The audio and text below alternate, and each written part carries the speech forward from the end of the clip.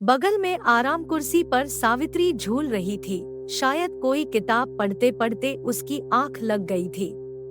थोड़ी देर में उसकी बेटी प्राची स्कूल से आ गई और नींद में खलल डालती हुई बोली, मम्मी पता है कल सबके पेरेंट्स को स्कूल में बुलाया है, कल फंक्शन है न, इसीलिए आप और पापा भी आएंगे ना। एक पल को सावित्री को लगा जैसे किसी ने उसे अंदर तक झकझोर दिया। वो खुद को संभालती हुई आंखें बंद किए हुए ही बोली, जाओ कपड़े बदल लो, खाना लगा देती हूँ। बेटी के जाने के बाद सावित्री अपने और सुधीर के बारे में सोचने लगी। कितने सालों से दोनों साथ थे, वक्त जैसे पंख लगाकर उड़ रहा था। उस जमाने में भी दोनों ने अपने प्यार की खातिर सबसे बगावत की और लव मैरिज की। दोनों ने जैसा जीवन साथी चाहा था उन्हें मिला। एक दूसरे का साथ पाकर दोनों कितने खुश थे। सब कुछ जैसे कल ही की बात लगती है। सावित्री को फूल बहुत पसंद थे। सुधीर अक्सर उसके लिए फूल लाया करता और यही गाना उसके लिए गुनगुनाया करता, पल पल दिल के पास तुम रहती हो। और अब दोनों की राहें कैसे अलग हो गई है।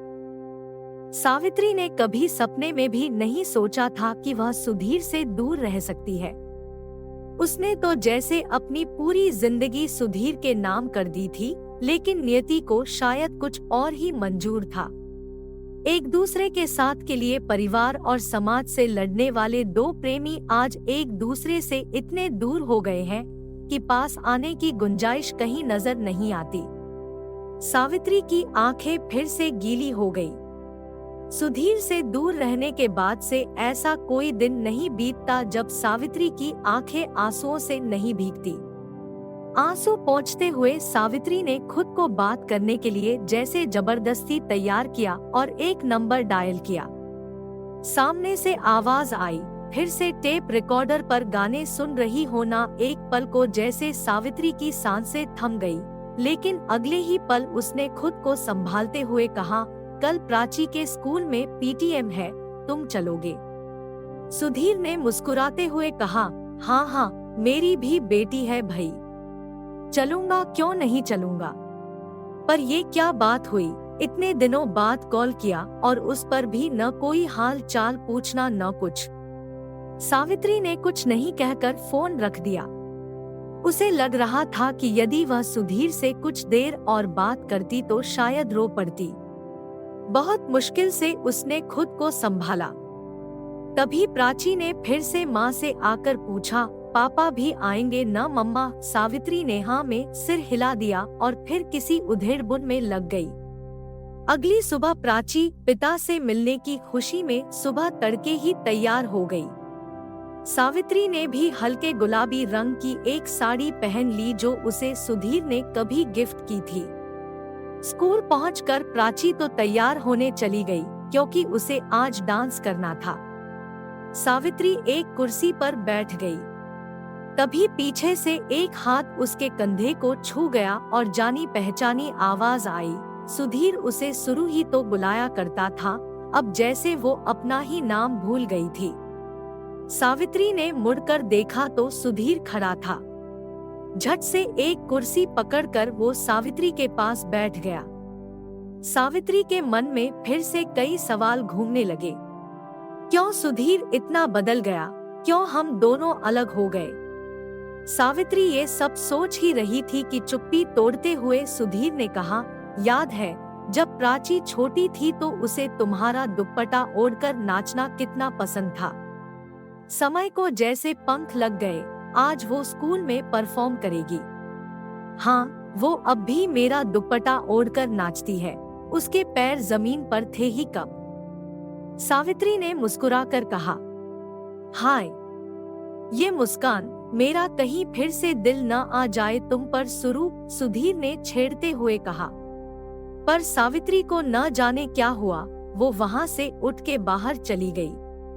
सुधीर भी उसके पीछे गया तो पाया कि सावित्री स्कूल के गार्डन में बैठकर रो रही थी। पास जाके सुधीर बोला, सॉरी, मैंने तुम्हें बहुत रुलाया है, अब और नहीं, मुझे माफ कर दो सुरु, आगे से ऐसा मजाक नहीं करूंगा। यह कर सुधीर सावित्री के घुटने पकड़कर नीचे बैठ गया। सावित्री ने आंसू पोंछते हुए कहा, क्यों? आखिर क्यों हम जिंदगी के इस मोड़ पर आ गए सुधीर? सुधीर ने सावित्री की आंखों में देखते हुए कहा, सच कहूं सुरु, हमारे अलग होने का जितना दुख तुम्हें और प्राची को है, उतना ही मुझे भी है। हम दोनों की ही गलती नहीं है। उस समय हम भी तो बच्चे ही थे, हमें कोई खास अक्ल नहीं थी, तो अब कौन सा अक्ल आ गई? सावित्री ने कहा। सावित्री की बात पर सुधीर भी कुछ सोचने लगा। फिर उसने धीरे से सावित्री से कहा, सुनो न, पिछले कई दिनों से तुमसे ये कहने की कोशिश कर रहा था, पर तुम बात ही नहीं करती। जो हुआ उसे भुलाकर हम एक नई शुरुआत नहीं कर सकते? सावित्री ने कुछ सोचते हुए जवाब दिया, मैं जानती हूँ सुधीर, ये सब तुम बस यूं ही मुझे रोता देख कह रहे हो। असल में ऐसा कुछ भी नहीं है। नहीं सुरु, मेरा यकीन करो, मैं वही सुधीर हूँ जो तुमसे एक पल भी जुदा नहीं हो सकता था।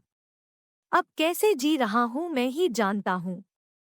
मुझे फिर से अपना टेप रिकॉर्डर बना लो ना।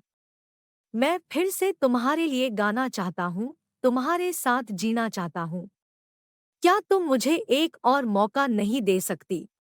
सुधीर की बातें सुनकर सावित्री की आंखें भर आईं। वो कुछ नहीं कह पाई। बस उसने सुधीर का हाथ कसकर पकड़ लिया। सुधीर ने सावित्री को गले लगा लिया। उन दोनों को बाहर ढूंढने आई प्राची ने जब दोनों को साथ देखा तो वो दूर से ही खुशी से चिल्लाने लगी।